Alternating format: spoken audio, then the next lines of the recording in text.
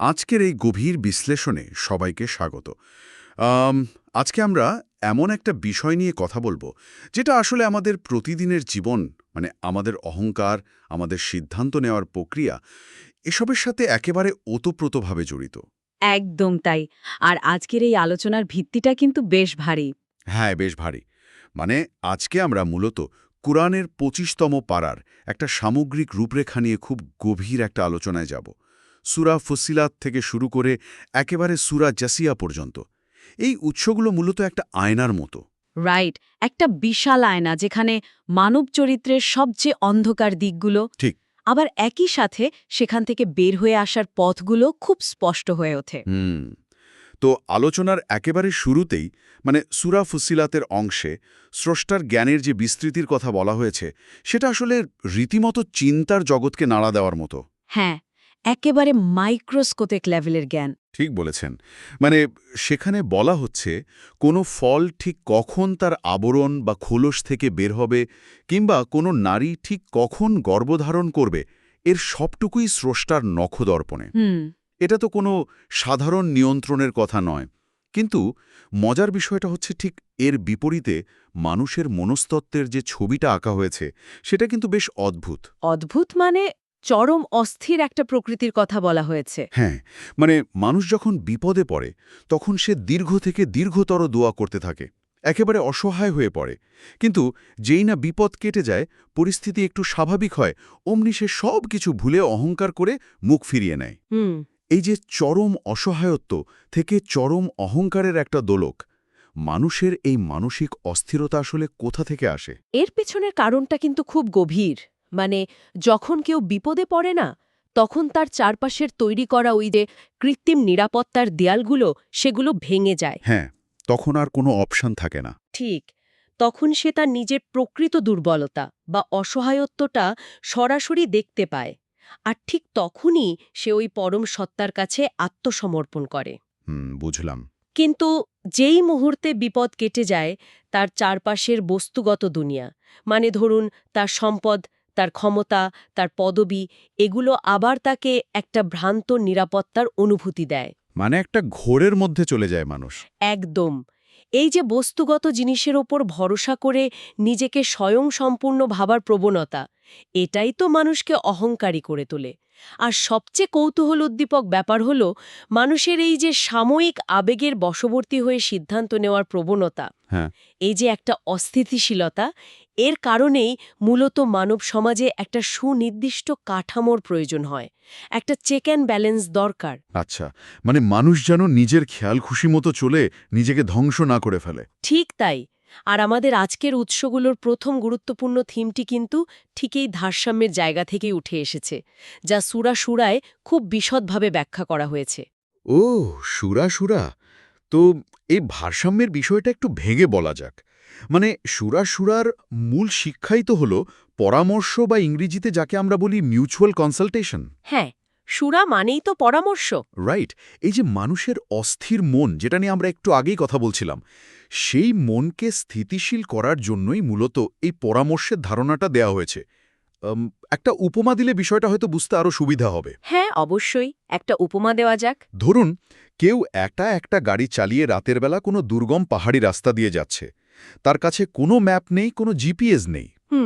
বেশ ভয়ের ব্যাপার। হ্যাঁ, এখন চালক যদি অহংকারের বশবর্তী হয়ে মনে করে যে সে একাই সব চেনে, তার কারও কোনো সাহায্যের দরকার নেই, তবে তো পাহাড়ের খাদে পড়ে যাওয়ার ঝুঁকি প্রায় শতভাগ। একদম, কারণ অন্ধকারে তার অনেকগুলো ব্লাইন্ড স্পট থাকতে পারে। ঠিক, একক সিদ্ধান্তে জীবনের পথ চলাটা ঠিক এমনই বিপজ্জনক। কিন্তু এই সুরা বা পরামর্শ হল ওই গাড়িতে বসে থাকা একটা দক্ষ ন্যাভিগেশন টিমের মতো। দারুণ একটা উপমা। মানে টিমের একজন হয়তো ম্যাপ দেখছে, আরেকজন হয়তো রাস্তার বাঁকগুলো খেয়াল করছে। সবাই মিলে যখন পথ খোঁজে, তখন দুর্ঘটনা ঘটার সম্ভাবনা একেবারেই কমে যায়। হ্যাঁ, টিম ওয়ার্কের মতো। কিন্তু এখানে আমার একটা ভাবনার বিষয় আছে।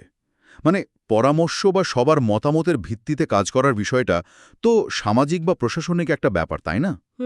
আপাত দৃষ্টিতে তাই মনে হয়। তো এটা কি এতটাই গুরুত্বপূর্ণ যে একেবারে একটা পুরো সুরার নামই এর উপর ভিত্তি করে রাখা হলো? এটা আসলেই একটা চমৎকার প্রশ্ন, আর এর উত্তরটা লুকিয়ে আছে আরও অনেক বড় একটা প্রেক্ষাপটের মধ্যে। আমরা যদি একটু ৩৮ নম্বর আয়াতের দিকে তাকাই, হুম। সেখানে বলা হচ্ছে মুমিনদের অন্যতম প্রধান একটা গুণই হল তারা তাদের যাবতীয় কাজ নিজেদের মধ্যে পরামর্শের ভিত্তিতে সম্পন্ন করে। এটা কিন্তু শুধু কোনো রাজনৈতিক সিস্টেম বা কর্পোরেট বোর্ডরুমের মিটিংয়ের মতো বিষয় নয়। আচ্ছা, তাহলে এটা মূলত কি? এটা মূলত অহংকার দূর করার সবচেয়ে কার্যকর একটা মনস্তাত্ত্বিক প্রক্রিয়া। মানে যখন কেউ অন্য মানুষের মতামতকে গুরুত্ব দেয়, তার মানে হলো সে মনে মনে স্বীকার করে নিচ্ছে যে আমি সব জানতা নই, আমার বোঝার ক্ষেত্রেও সীমাবদ্ধতা আছে। ও, মানে নিজের ইগোটাকে সরিয়ে রাখা। এক্স্যাক্টলি। আর এই স্বীকারোক্তিটা আধ্যাত্মিকতার জন্য খুব খুব জরুরি। আমরা যদি উৎসগুলোর একটু পেছনের দিকে তাকাই, সেখানে দেখা যায় নূহ, ইব্রাহিম, মুসা এবং ঈসা আলাইহিসসালামকে যে জীবনবিধান দেওয়া হয়েছিল, শেষ নবীকেও সেই একই বিধান দেওয়া হয়েছে। সব নবীদের বার্তাই তো এক ছিল। হ্যাঁ, আর এই ঐক্য এবং পরামর্শের মধ্যে একটা গভীর সম্পর্ক আছে। এর মানে হল আধ্যাত্মিক বিশ্বাসে একতাবদ্ধ থাকা এবং জাগতিক জীবনে অহংকার ত্যাগ করে একে অপরের সাথে পরামর্শ করা।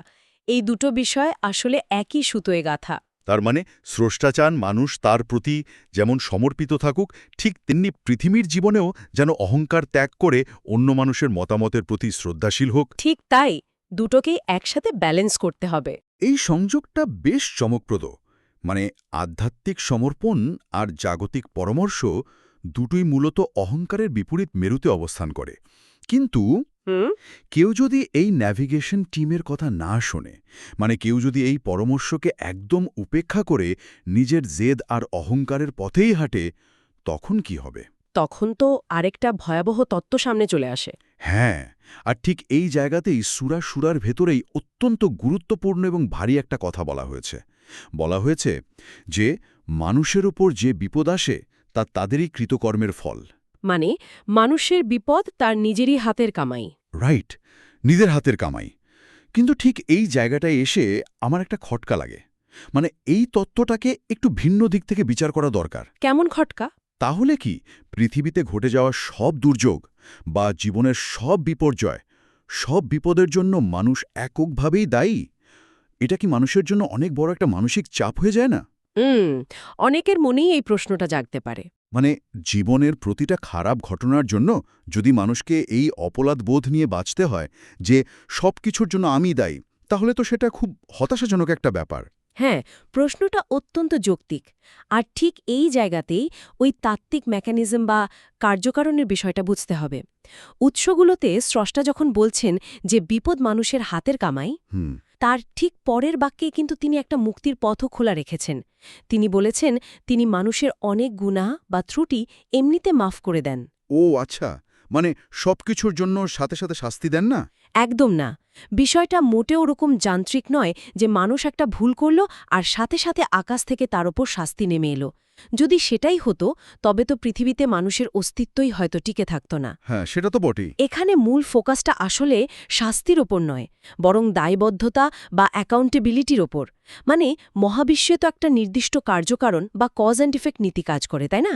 Right, cause and effect. তো মানুষ যখন তার নিজের অহংকারের বশে প্রকৃতির ভারসাম্য নষ্ট করে, সমাজে অবিচার করে, ক্ষমতার অপব্যবহার করে, তখন সেই সিস্টেমের একটা অনিবার্য ফলাফল হিসেবেই বিপর্যয় ফিরে আসে। বুঝতে পারছি। এটা মানুষকে অপরাধবোধে ডোবানোর জন্য বলা হয়নি, বরং মানুষকে এই ক্ষমতা দেওয়া হয়েছে যে যেহেতু তোমার কাজের ফলেই বিপর্যয় আসছে, তার মানে তোমার কাজের মাধ্যমেই তুমি সেটা ঠিকও করতে পারো। ও, এটা তো তাহলে একটা ক্ষমতায়ন বা এম্পাওয়ারমেন্টের মতো ব্যাপার। হ্যাঁ, মানুষ যেন ভাগ্যের দোহাই দিয়ে পার না পেয়ে যায়, সেজন্যই এই সতর্কবাণী। তার মানে দাঁড়াচ্ছে এটা একটা আয়নার মতো। আমরা সিস্টেমকে যা দিচ্ছি, সিস্টেম আমাদের সেটাই ফিরিয়ে দিচ্ছে। কিন্তু এখানেই তো আসল প্রশ্নটা জাগে। কি প্রশ্ন? মানুষ কেন জেনে বুঝে নিজের বিপদ নিজে ডেকে আনে? এই যে সামষ্টিক সচেতনতার অভাব বা অহংকার, এটা মূলত তৈরি হয় কোথা থেকে? এর খুব সুন্দর আর মনস্তাত্ত্বিক একটা উত্তর পাওয়া যায় আমাদের পরবর্তী অংশে। মানে সূরা জুকরুফে। হ্যাঁ, জুকরুফ। জুকরুফ শব্দটির অর্থ হল স্বর্ণ, অলংকার বা পার্থিব চাকচিক্য। তৎকালীন আরব সমাজের একটা অদ্ভুত মানসিকতা এখানে তুলে ধরা হয়েছে। ওই যে মক্কার নেতাদের বিষয়টা। হ্যাঁ, তারা প্রশ্ন তুলত যে স্রষ্টা যদি কোনো রাসূল পাঠাবেনই, তবে মক্কা বা তায়েফের কোনো ধনাঢ্য, প্রভাবশালী বা বড় বিলিয়নিয়ার কাউকে কেন নির্বাচন করলেন না? মানে কেন তিনি ধন সম্পদে পূর্ণ বিলাসবহুল কেউ হলেন না? ঠিক, এই যে মানুষের একটা মজ্জাগত মানদণ্ড, মানে সম্পদ, সোনা দানা বা ক্ষমতা দিয়ে সত্যকে বিচার করার যে একটা প্রবল প্রবণতা। এটা তো সংঘাতিক একটা ব্যাপার। আর আধুনিক যুগেও তো আমরা ঠিক এই কাজটাই করি, তাই না? একদম তাই। মানে আমরা মানুষের ব্যাংক ব্যালেন্স বা ফলোয়ার সংখ্যা দেখে তার কথার সত্যতা বা মূল্য বিচার করি। এই মেটেরিয়ালিজম বা বস্তুবাদী কি তাহলে সেই ব্লাইন্ড স্পট যা মানুষকে খাদে ফেলে দেয়? একদম ঠিক ধরেছেন। পার্থিব সম্পদের প্রতি এই যে অন্ধ মোহ, এটাই মানুষের সবচেয়ে বড় ব্লাইন্ড স্পট। সম্পদের এই চাকচিক্য মানুষকে এক ধরনের বিভ্রমের মধ্যে ফেলে দেয়, যেখানে সে মনে করে সম্পদ মানেই হল সঠিক পথে থাকার প্রমাণ। কিন্তু উৎস থেকে আমরা দেখতে পাই স্রষ্টা এই পার্থিব সম্পদের অসারতা খুব স্পষ্টভাবে, একেবারে রূঢ়ভাবে তুলে ধরেছেন। হ্যাঁ, সেখানে তো বলা হয়েছে যে দুনিয়ার এই সোনা রূপা বা জাকজমক মহাবিশ্বের বৃহত্তর প্রেক্ষাপটে একেবারেই তুচ্ছ। এতই তুচ্ছ যে স্রষ্টা চাইলে যারা তাকে অস্বীকার করে তাদের ঘরবাড়ি, ছাদ, সিঁড়ি সবকিছু সোনা রূপা দিয়ে মুড়িয়ে দিতে পারতেন। মানে ভাবা যায়, চাইলে কাফেরদের ঘরবাড়ি সব সোনায় মুড়িয়ে দিতে পারতেন। হ্যাঁ, চিন্তা করে দেখুন কেন পারতেন। কারণ এই মহাবিশ্বের বিশালতার কাছে, চিরস্থায়ী জীবনের কাছে এই বস্তুগুলোর আসলে কোনোই মূল্য নেই। এগুলো নিছকই ক্ষণস্থায়ী কিছু খেলনা মাত্র। ঠিক। সত্যের মাপকাঠি যে সম্পদ নয়, সেটা বোঝানোর জন্য উৎসগুলোতে ইব্রাহিম আলাইহিসসালামের উদাহরণ দেওয়া হয়েছে। তিনি তো পুরো সমাজকে চ্যালেঞ্জ করেছিলেন। হ্যাঁ, তিনি তার নিজের পিতা এবং সমাজকে খুব স্পষ্টভাবে বলে দিয়েছিলেন যে তারা যে মূর্তির পূজা করে বা যে বস্তুতান্ত্রিক জীবনধারায় ডুবে আছে, তার সাথে তার কোনো সম্পর্ক নেই। তিনি কেবল এক অদেখা স্রষ্টার ইবাদত করেন। রাইট। আবার ঈসা আলাইহিসসালামের প্রকৃত পরিচয়ের কথাও এখানে এসেছে। তাকে অতিমানবিক উপাস্য বানিয়ে ফেলা যে মানুষের একটা বিরাট ভুল ছিল, এবং তিনি যে কেবলই স্রষ্টার একজন সম্মানিত বান্দা ও নবী ছিলেন, তা প্রমাণ করে যে স্রষ্টার কাছে সত্যের মানদণ্ড কখনোই জাগতিক অলংকার হতে পারে না। চমৎকার। মানে সত্যের মাপকাঠি হল কেবলই স্রষ্টার প্রতি মানুষের একনিষ্ঠ সমর্পণ। একদম তাই। এই মেটেরিয়ালিজমের কনসেপ্টটা যখন আরেকটু গভীরে যায়, মানে যখন কোনো সমাজ কেবল সোনাদানা আর ক্ষমতা দিয়ে সবকিছু বিচার করতে শুরু করে, তখন তার চূড়ান্ত পরিণতি কি হয়? তখন সেই সমাজ থেকে এমন সব নেতার জন্ম হয় যারা মনে করে তাদের কাছে সব সম্পদ আছে, মানে তারা নিজেরাই একজন ঈশ্বর। হ্যাঁ, সম্পদের মোহ কিভাবে চরম অহংকার আর স্বৈরা শাসনের রূপ নেয়, তার সবচেয়ে বড় ঐতিহাসিক এবং সাইকোলজিক্যাল উদাহরণ আমরা পাই সূরা দুখান বা ধোঁয়া নামক অংশে। ঠিক বলেছেন। সেখানে ফেরাউনের পতনের যে দৃশ্যপট আঁকা হয়েছে, তা কেবল একটা ঐতিহাসিক গল্প নয়, বরং ক্ষমতার দম্ভের এক চূড়ান্ত পরিণতি। সূরা দুখানের পটভূমিটি যদি আমরা একটু বিশ্লেষণ করি, তাহলে এর পেছনের গভীরতাটা বোঝা যাবে। এই সূরাটি শুরু হয়েছে একটা নীরব অথচ প্রচণ্ড ক্ষমতাবান রাতের কথা দিয়ে। লাইলাতুল কদর বা বরকতময় রাত। হ্যাঁ, এই রাতে কি হয়? বলা হয়েছে এই কদরের রাতে মহাবিশ্বের যাবতীয় গুরুত্বপূর্ণ ফয়সালা, মানে কে বাঁচবে, কে মারা যাবে, কার পতন হবে, সব চূড়ান্ত করা হয়। মানে পুরো বছরের একটা মাস্টার প্ল্যান। রাইট, এটা একটা ঐশী, মহাজাগতিক এবং সম্পূর্ণ নীরব এক প্রক্রিয়া। আর ঠিক এই ঐশী, সাইলেন্ট ফয়সালার বিপরীতে পৃথিবীতে চিৎকার করছিল ফেরাউনের দম্ভ। সে তো ভাবত সেই সব কিছুর নিয়ন্ত্রক। ঠিক, ফেরাউন মনে করত সে নিজেই সব কিছুর ফয়সালা করে। তার ক্ষমতা, ওই যে নীল নদ, তার বিশাল সেনাবাহিনী, সবকিছু মিলিয়ে সে নিজেকে পৃথিবীর অদ্বিতীয় ঈশ্বর ভাবতে শুরু করেছিল। স্রষ্টার এই মহাজাগতিক মেকানিজমের সে কোনো তোয়াক্কাই করেনি। একদম না। সে ভেবেছিল তার হাতে যেহেতু দৃশ্যমান ক্ষমতা আছে, সেহেতু সে ধরাছোঁয়ার বাইরে। আর ঠিক এই জায়গাটাতেই পুরো আলোচনার সবচেয়ে শক্তিশালী চিত্রকল্পটা তৈরি হয়। মানে ফেরাউনের এত দম্ভ, এত ক্ষমতা, অথচ তার পরিণতি কি হলো? উৎস থেকে সেই নির্দিষ্ট দৃশ্যটার কথা যদি আমরা ভাবি, ফেরাউনও তার বিশাল বাহিনীকে যখন সমুদ্রে ডুবিয়ে মারা হলো, তখন বলা হয়েছে তাদের জন্য আসমান বা জামিন কেউ কাঁদেনি। ভিজুয়ালটা একবার ভাবা যায়। সত্যি শিহরণ জাগানো একটা ভিজুয়াল। পৃথিবীর বুকে একজন পরাক্রমশালী শাসক, যার ভয়ে মানুষ সারাক্ষণ তটস্থ থাকত, যার মৃত্যুতে পুরো দেশে হয়তো রাষ্ট্রীয় শোক পালন করার কথা, অথচ এই সুবিশাল মহাবিশ্বের কাছে তার পতন এতটাই মূল্যহীন যে প্রকৃতিতে তার কোনো প্রভাবই পড়েনি। একদমই না। আকাশ থেকে এক ফোঁটা বৃষ্টিও ঝরেনি শোক প্রকাশ করার জন্য। কিন্তু এখানে একটু ভিন্নভাবে চিন্তা করার সুযোগ আছে বলে আমার মনে হয়। কেমন? এটাকে একটু বেশি নৈরাশ্যজনক মনে হচ্ছে না?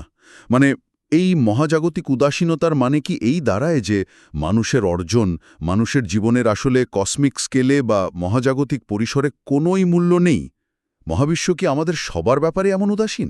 এই প্রশ্নটা অত্যন্ত গভীর, আর এখানে এর আসল সৌন্দর্যটা লুকিয়ে আছে। না, এর মানে এই নয় যে মানুষের কোনো অর্জনেরই মূল্য নেই। আচ্ছা, এর মানে হল সেই সব অর্জনের কোনো মূল্য নেই যা স্রষ্টার নিরঙ্কুশ সার্বভৌমত্বকে অস্বীকার করে তৈরি হয়। ফেরাউন ভেবেছিল সেই এই মহাবিশ্বের কেন্দ্র। তার পতন হলে পৃথিবী হয়তো থমকে যাবে। কিন্তু তা তো হয়নি। না, তার নিশ্চিহ্ন হয়ে যাওয়াটা এই আসমান আর জমিনের কাছে সামান্যতম কোনো আছড়ি কাটতে পারেনি। সূর্য তার নিয়ন মেনেই পরদিন উঠেছে, সমুদ্রের ঢেউ তার স্বাভাবিক ছন্দেই বয়ে গেছে। রাইট। এটা মূলত স্রষ্টার অসীম ক্ষমতার সামনে মানবীয় অহংকারের চরম শূন্যতার প্রমাণ। যখন মানুষ ন্যায় বিচারের পক্ষে কাজ করে, স্রষ্টার প্রতি সমর্পিত থাকে, তখন তার কাজ মহাবিশ্বে একটা পজিটিভ রেজোনেন্স বা অনুরণন তৈরি করে। বুঝতে পেরেছি। কিন্তু যখন সে নিজেকেই ঈশ্বর ভাবতে শুরু করে, তখন আসমান জমিন তার জন্য কাদার কোনো প্রয়োজন বোধ করে না। কারণ প্রকৃতি এবং মহাবিশ্ব পরিচালিত হয় স্রষ্টার নির্দেশে, কোনো অহংকারী শাসকের আদেশে নয়। তার মানে ফেরাউনের এই পতন কোনো বিচ্ছিন্ন ঘটনা নয়, এটা আসলে মানবজাতির চূড়ান্ত পরিণতির একটা প্রিভিউ বা ট্রেলার মাত্র। একদম ঠিক। কারণ এর ঠিক পরেই আমরা প্রবেশ করি আমাদের আলোচনার শেষ অংশে, সূরা জাসিয়া। জাসিয়া শব্দটির অর্থ হল নতজানু হওয়া বা হাঁটু গেড়ে বসে পড়া। হ্যাঁ, এতক্ষণ আমরা যে ক্ষমতার দম্ভ, সম্পদের মোহ আর অহংকারের কথা বললাম, তার সবকিছুর অবসান ঘটে এই নতজানু হওয়ার দৃশ্যের মধ্য দিয়ে। এই অংশটি আমাদের সেই অনিবার্য গন্তব্যের সামনে এনে দাঁড় করিয়ে দেয়। সূরা জাসিয়া আমাদের এক চূড়ান্ত এবং অমোঘ বাস্তবতার মুখোমুখি করে আসলে। কিয়ামতের দিন বা চূড়ান্ত বিচারের দিন মানুষের মনস্তাত্ত্বিক এবং শারীরিক অবস্থা কেমন হবে তার এক গম্ভীর দৃশ্য এখানে আঁকা হয়েছে। কেমন হবে সেই দৃশ্য? সেদিন কারোর কোনো ক্ষমতা, কোনো জাঁকজমক বা ওই যে জুহরুফ কিছুই কাজে আসবে না। আতঙ্কে এবং স্রষ্টার সার্বভৌমত্বের প্রতাপে সমস্ত মানুষ, সমস্ত জাতি সেদিন হাঁটু গেড়ে বসে পড়বে, মানে নতজানু হবে। সবাই, সব ক্ষমতাবান শাসকেরাও? হ্যাঁ, সবাই। এই যে মহাবিশ্বের এত নিখুঁত মেকানিজম, আসমান জমিন, রাত দিনের আবর্তন, বাতাসের দিক পরিবর্তন, এগুলো কেবল দেখার মতো কোনো প্রাকৃতিক দৃশ্য নয়। যারা চিন্তা করে তাদের জন্য এই চমৎকার শৃঙ্খলাবদ্ধ প্রকৃতি একটা সুস্পষ্ট মেসেজ দেয়। আর সেই মেসেজটা কি? মেসেজটি হল যে সিস্টেম এত নিখুঁতভাবে পরিচালিত হচ্ছে, সেই সিস্টেমের শেষ পরিণতি কখনো অর্থহীন হতে পারে না। সেখানে একটা চূড়ান্ত ন্যায় বিচার অবশ্যই সংগঠিত হবে। রাইট। যারা সারা জীবন পৃথিবীতে মন্দ কাজ করে গেছে, অবিচার করেছে, আর যারা স্রষ্টার প্রতি ঈমান রেখে সৎ কাজ করেছে, তারা কখনোই এক পাল্লায় মাপা হতে পারে না। এই মহাবিশ্বের নিখুঁত স্রষ্টা কি তাদের সমান করে দেবেন? কখনোই না। হ্যাঁ, তা তো হতেই পারে না। সেদিন প্রত্যেকের আমল অনুযায়ী, প্রত্যেকের কর্ম অনুযায়ী তাকে একেবারে নিখুঁত প্রতিদান দেওয়া হবে। পৃথিবীতে কে কতটুকু অহংকার করেছিল আর কে কতটুকু সমর্পিত ছিল তার চূড়ান্ত ফয়সালা হবে সেদিন। এই দীর্ঘ এবং গভীর বিশ্লেষণটি থেকে আমরা যদি একটু পেছনের দিকে তাকাই, তবে মানুষের মনস্তত্ত্ব এবং স্রষ্টার সার্বভৌমত্বের এক অসাধারণ যাত্রাপথ দেখতে পাই। একদম। আমরা দেখলাম মানুষের মন মূলত অস্থির। বিপদে পড়লে সে একরকম, আর নিরাপদ বোধ করলে সে অহংকারী হয়ে ওঠে। এই অহংকার আর অস্থিরতা কমানোর জন্যই মানুষের জীবনে প্রয়োজন হয় পরামর্শ বা সুরার, যা তাকে একতাবদ্ধ রাখে এবং বিনয়ী করে তোলে। কিন্তু মানুষ যখন এই পথ নির্দেশিকা অগ্রাহ্য করে এবং নিজেদের কাজের পরিণতির কথা ভুলে যায়, তখন সেই বিপর্যয়ের মুখোমুখি হয়। আর এই বিপর্যয়ের পেছনে সবচেয়ে বড় ইন্ধন যোগায় পার্থিব সম্পদের মোহ বা জুখরুফ। ঠিক তাই। এই মোহ মানুষকে এতটাই অন্ধ করে দেয় যে সে ফেরাউনের মতো নিজেকে সবকিছুর নিয়ন্ত্রক ভাবতে শুরু করে।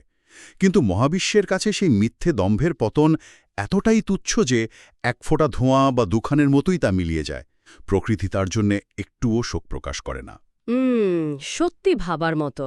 আর এই সব অহংকার, মোহ এবং সাময়িক ক্ষমতার চূড়ান্ত অবসান ঘটবে সেই দিন, যেদিন পুরো মানবজাতি অসীম ক্ষমতার সামনে নতজানু হয়ে বা জাসিয়া অবস্থায় হাঁটু গেড়ে বসে পড়বে। এটা তো কেবল কিছু ঐতিহাসিক বা ভবিষ্যৎ ঘটনার বিবরণ নয়, বরং এটা আমাদের প্রতিদিনের জীবনের জন্য একটা স্পষ্ট সতর্কবার্তা।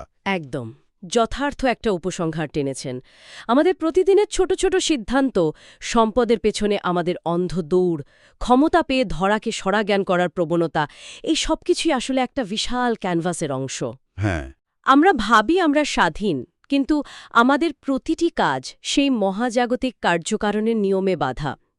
এই জ্ঞান আমাদের প্রতিদিনের জীবনে প্রয়োগ করা খুব জরুরি, কারণ আমরা আজকে যে পথে চলছি তা আমাদের সেই চূড়ান্ত পরিণতির দিকেই নিয়ে যাচ্ছে, যেখানে কোনো ব্লাইন্ড স্পট থাকবে না, কোনো মিথ্যে দম্ভ কাজে আসবে না। সেখানে কেবল নিখুঁত ন্যায়বিচারের পাল্লায় আমাদের আমলগুলো মাপা হবে। রাইট। আর ঠিক এই সত্যটাই আমাদের আজকের আলোচনার শেষে একটা অত্যন্ত গভীর চিন্তার মুখোমুখি দাঁড় করিয়ে দেয়। একবার ভেবে দেখার মতো বিষয়, ইতিহাসের সবচেয়ে ক্ষমতাধর, অঢেল সম্পদের অধিকারী এবং প্রতাপশালী শাসকের মৃত্যুতে যখন এই সুবিশাল আকাশ বা পৃথিবীর এক ফোঁটা অশ্রুও ঝরেনি, প্রকৃতির নিয়মে যখন একটু আঁচড় লাগেনি, তখন চূড়ান্ত সেই দিনটিতে, যেদিন পুরো মানবজাতি সৃষ্টার নিরঙ্কুশ সার্বভৌমত্বের সামনে নতজানু হয়ে বসে পড়বে, সেদিন কেবলই দুনিয়ার ক্ষণস্থায়ী অলঙ্কার আর চাকচিক্য দিয়ে সাজানো একটা জীবনের আসলে কী বা মূল্য থাকবে। হ্যাঁ, আসলেই তাই। আমরা কি এমন কিছুর পেছনে ছুটছি যার জন্য আকাশ বা জমিন তো দূরের কথা, ইতিহাসও কোনোদিন এক ফোঁটা চোখের পানি ফেলবে না? এই প্রশ্নটি নিয়েই আজকের মতো আমাদের এই গভীর বিশ্লেষণ বা ডিপ ডাইভ শেষ করছি। যারা এতক্ষণ শুনছিলেন, সবাই ভালো থাকবেন আর এই প্রশ্নটির উত্তর নিজের ভেতরে একটু খোঁজার চেষ্টা করবেন।